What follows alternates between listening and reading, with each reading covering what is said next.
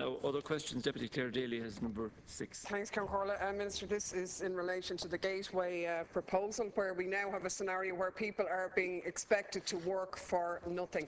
Frog marched into collecting litter or cutting the grass for local authorities. If they don't do it, their dole gets cut. If they do it, they'll end up poor because it won't even pay them to go to work. I would ask you to abandon it. I think it's undermining local authority jobs and simply massaging the dole figures. Thank you, Deputy Minister. Number 6. Well, Deputy, that's your view, but on all sides of the House, deputies ask me to expand the numbers and opportunities available to work for people who have been locked out of work by the difficulties the economy experienced and who desperately want to get back to work, and if that is not immediately open to them, to actually participate and in many cases contribute back to their community through, for instance, community employment and through TUS.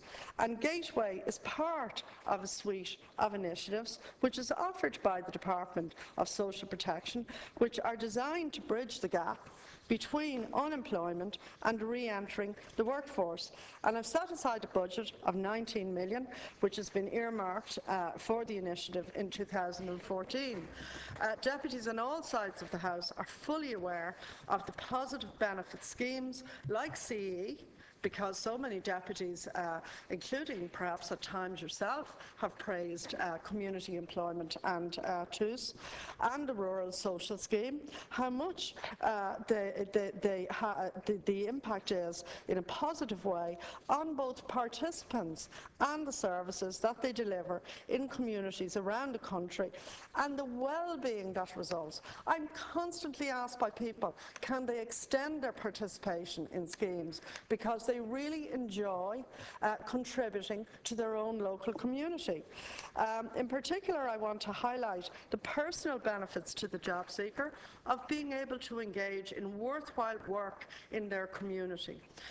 Gateway is modelled on these successful schemes with the same level of pay and similar conditions, up to 19.5 hours a week.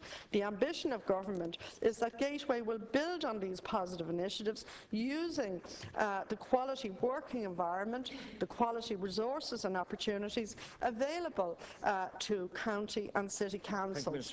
And you know, recently we got an increase of 61,000 in the people at work. We want more and more of the jobs that become available to go to people who are long-term unemployed.